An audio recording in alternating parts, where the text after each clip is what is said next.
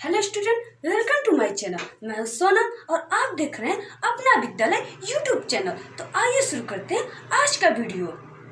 आज के इस वीडियो में हम पढ़ेंगे एक बहुत ही इंटरेस्टिंग और एक शानदार टॉपिक। तो इस शानदार टॉपिक को हम एक शानदार तरीके से पढ़ेंगे। ठीक है स्टूडेंट, तो आज का हमारा टॉपिक है DDT। ठीक है, DDT डाइक्लोरो डाइफिनाइल ट्राइक्लोरोइथेन। इसका क्या नाम है, फुल नेम है, DDT का फुल नेम है। तो देखिए स्टूडेंट, ये NCERT के बेस्ड पे आधारित बहुत ही इंपॉर्टेंट टॉपिक है। इसका क्वेश्चन कैसे आता है पहले हम ये जानेंगे, और ये DDT कैसे बनता है और इसका उपयोग का हानिकारक है या लाभदायक है। ठीक है स्टूडेंट, और इसका उपयोग दैनिक जीवन में हो रहा है या नहीं हो रहा है, फिर हम इसके बारे में जानेंगे, इसकी रिएक्शन जानेंगे। ठीक है स्टूडेंट, तो पहले हम जानें कि इसकी क्वेश्चन कैसे आती है एग्जाम में। तो इसकी क्वेश्चन आता है कैसे प्राप्त करोगे। ठीक है, यहाँ पे कैसे प्राप्त करोगे, तो यहाँ पे कोष्टक बनाकर लिखा होगा कि रासायनिक समीकरण दीजिए, तो आप सिर्फ रिएक्शन देंगे।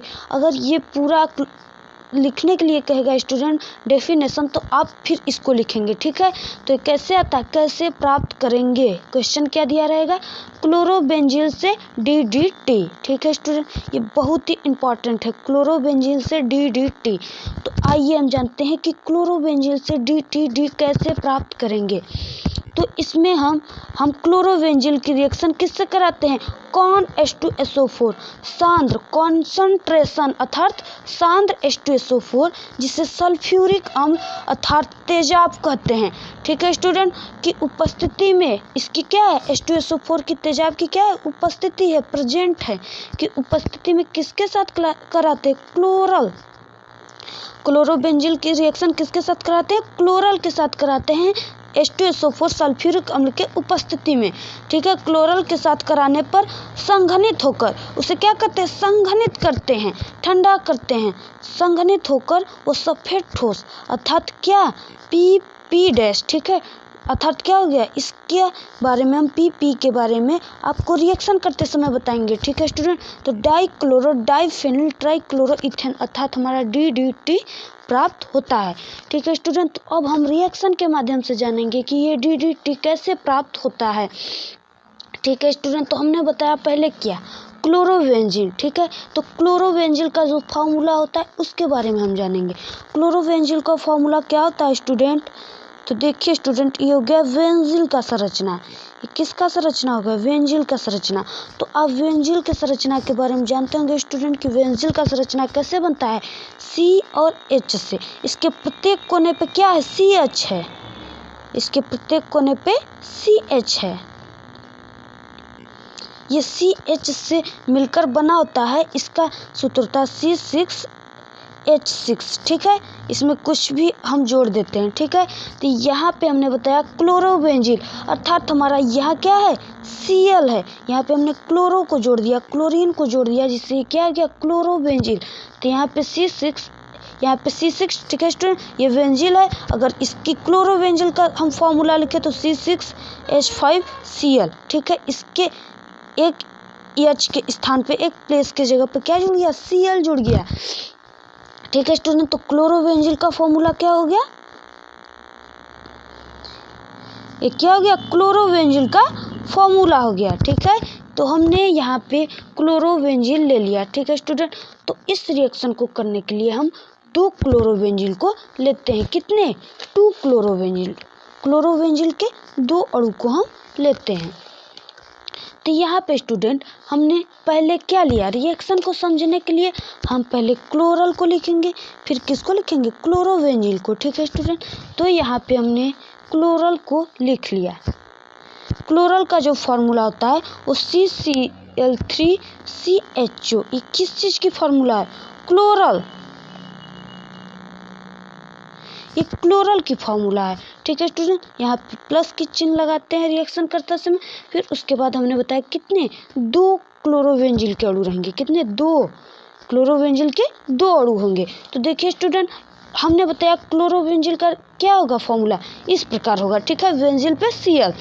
तो इसको स्टूडेंट हम कैसे लिखते हैं, ऐसे इस रिएक्शन में लिखते हैं, उसी तरह है स्टूडेंट, लेकिन इसको हमने क्या कर दिया, थोड़ा राउंड कर दिया, इसको ऐसे पलट दिया। यहाँ से ये देखिए यहाँ है तो इस कोने को हमने कहाँ कर दिया, नीचे कर दिया, और यहाँ ऐसे Cl जोड़ दिया, और यहाँ पे क्या जोड़ दिया, H जोड़ दिया। एक H जो यहाँ जुड़ा है उसको H को यहाँ जोड़ दिया। ठीक है स्टूडेंट, तो इसको हम इसी प्रकार लिखेंगे।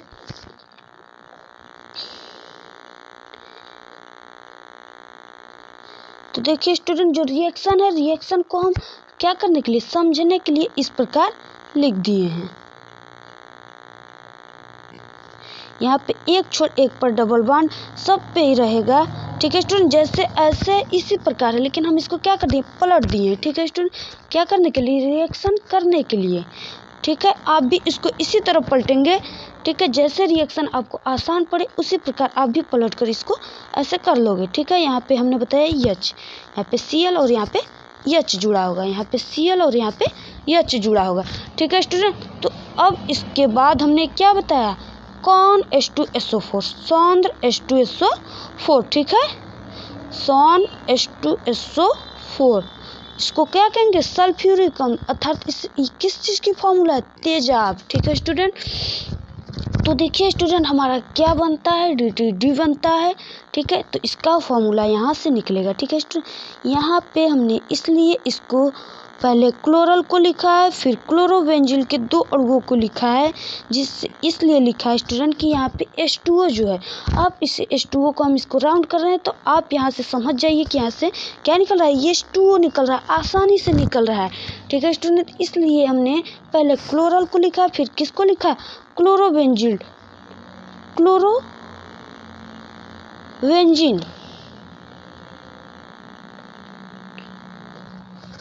ठीक है स्टूडेंट, तो यहाँ से जब हमारा H2O क्या है, H2H है स्टूडेंट, तो 2H को क्या लिखेंगे हम, H2O, जल, जल का सूत्र है। ठीक है स्टूडेंट, यहाँ से अगर जल निकल गया तो बाकी हमारे पास जितने भी बचे हैं स्टूडेंट, यहाँ पे CCl3CH बचा है। ठीक है, और यहाँ पे बेंजीन और Cl। ठीक है, तो इसको हम पूरे को जोड़कर यहाँ पे लिख देंगे। ठीक है स्टूडेंट, तो यहाँ पे हमने इस पूरे को जोड़कर लिख दिया। ठीक है स्टूडेंट, यहाँ पे देखिए स्टूडेंट, थोड़ा जगह का प्रॉब्लम है, हम इसको यहाँ पे लिख देते हैं। ठीक है, लेकिन आप बोर्ड एग्ज़ाम में यहीं पर ही लिखिएगा। ठीक है स्टूडेंट, बोर्ड एग्ज़ाम की जो कॉपी होती है वो बड़ी होती है। ठीक है, तो आप उस इसी जगह ही लिखिएगा। हम आपको समझने के लिए यहाँ पे लिख देते हैं CCl3CH, और हमारा क्या और बचा है स्टूडेंट, तो यहाँ पे हम इस प्रकार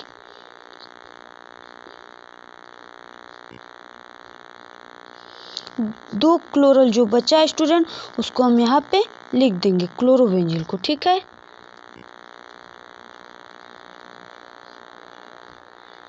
यहाँ पे Cl जुड़ा है स्टूडेंट, जैसे बस यहाँ पे हम H2O को राउंड किए हैं, और बाकी सब जैसे उसको उसी तरह लिख देंगे। इसको लिख दिए स्टूडेंट, प्लस यहाँ से क्या निकला, H2O। ठीक है, यहाँ से H2O निकला है। ठीक है स्टूडेंट, यहाँ से H2O निकल गया। इस प्रकार ये हमारा क्या प्राप्त हो गया, DDT। इस प्रकार स्टूडेंट हमारा DDT प्राप्त हो गया। ठीक है, DDT का फुल नेम क्या होता है स्टूडेंट, तो हमने बताया डाइक्लोरो डाइफेनिल ट्राइक्लोरोइथेन। ठीक है, डाइक्लोरो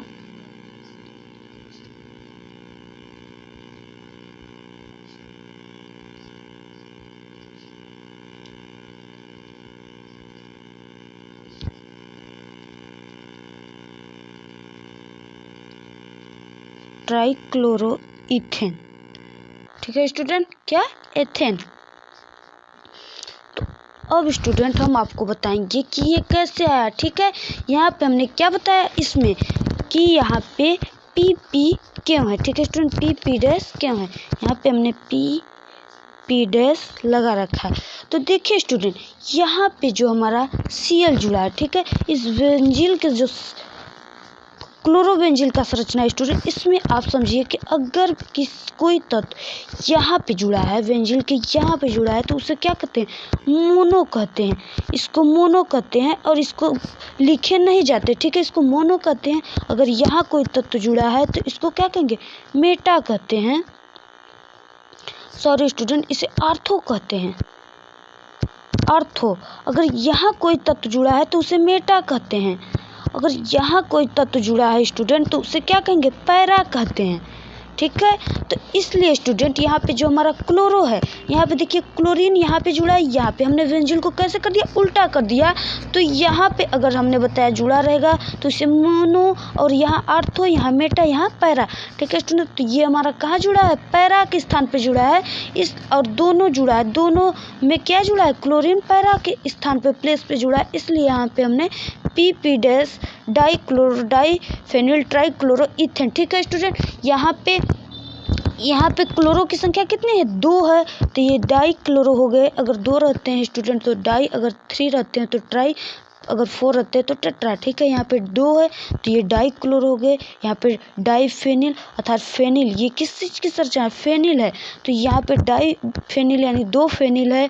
यहाँ पे ट्राई क्लोरो, यहाँ पे अगर हम यहाँ पे देखें स्टूडेंट तो यहाँ पे क्लोरो की संख्या कितनी है, क्लोरीन 3 है, तो हमने बताया कि 3 को क्या कहेंगे, ट्राई क्लोरो। और यहाँ पे एथेन, 1 कार्बन को मेथ कहते हैं स्टूडेंट, यहाँ पे 2 कार्बन है इसलिए इसे एथ कहेंगे। तो इस प्रकार हमारा पैरा डाइक्लोरोडाइफेनिल ट्राइक्लोरोइथेन प्राप्त हो गया, जो क्या है, DDT का फुल नेम है। तो देखिए स्टूडेंट, जो हमारा DDT है ये क्या है, ये जल में अविलेय है। जल में अविलेय किसे कहते हैं, जो जल में, जो तत्व जल में नहीं घुलता है उसे जल में, उसे क्या कहते हैं, अविलेय तत्व कहते हैं। तो ये जल में अविलेय होता है। और कार्बनिक विलायकों में अर्थात जैसे हो गया एथिल अल्कोहल फिनॉल, ये क्या है, कार्बनिक विलायक है। ये कार्बनिक विलायकों में क्या है, विलेय है, घुल जाता है। ठीक है स्टूडेंट, ये जो DDT है स्टूडेंट, इसका इफेक्ट जो पर्यावरण पर पड़ता है वो बहुत ही हानिकारक होता है। ठीक है स्टूडेंट, ये क्या होता है, ये ठोस सफ़ेद ठोस होता है। ठीक है, इसको बारीकी पीसा जाता है, पाउडर के रूप में किया जाता है। ये क्या है, एक इंसेक्टिसाइड है, कीटनाशक है, जिसका उपयोग कीटों को मारने में किया जाता है। ठीक है स्टूडेंट, जैसे खेतों में पहले इसकी छिड़काव होती थी जिससे कीट क्या हो जाते थे, मर जाते थे। लेकिन स्टूडेंट अब इसके छिड़काव पर क्या हो गया, रोक लग गया है और इसका उपयोग अब नहीं किया जाता है। DDT का उपयोग अगर खेतों में कर दिया जाता था स्टूडेंट तो उसको क्या करते थे, गाय खा जाती थी, गाय लोग उसको खा जाती थी स्टूडेंट, तो उसके घास को खा जाती थी, ग्रास को, तो उनके अंदर DDT चला जाता था। ठीक है स्टूडेंट, ये जो DDT है ये जल्दी घुलता नहीं है, इसका इफेक्ट ये मृदा को बहुत ही, मिट्टी को क्या कर रहा है, बहुत ही दूषित करता जाता है। ये अपघटित नहीं होता जल्दी, ये घुलता नहीं है, इसकी इफेक्ट 20 से 30 दिन तक होती है स्टूडेंट। तो ये क्या होती थी, जब गाय इसको खा जाती थी, तो जब गाय खा जाती थी तो क्या हो जाती थी, वो मर जाती थी। तो उसको अमेरिका का राष्ट्रीय पक्षी जो होता है वो बाज होता है, तो उसको बाज खाता था, तो बाज क्या होते गए, इससे, इसके DDT के इफेक्ट से बाज मर गए और विलुप्त होते गए।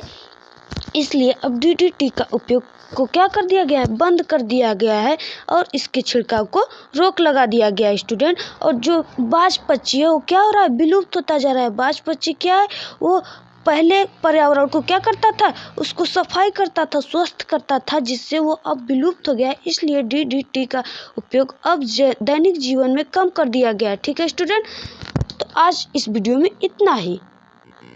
अगर हमारा वीडियो आपको पसंद आए तो प्लीज हमारे वीडियो को लाइक करें और हमारे चैनल को सब्सक्राइब करें और बेल आइकन के आल पे जरूर प्रेस करें, जिससे कि हमारे द्वारा भेजी गई सारे वीडियो की नोटिफिकेशन आपको आसानी से मिल सके।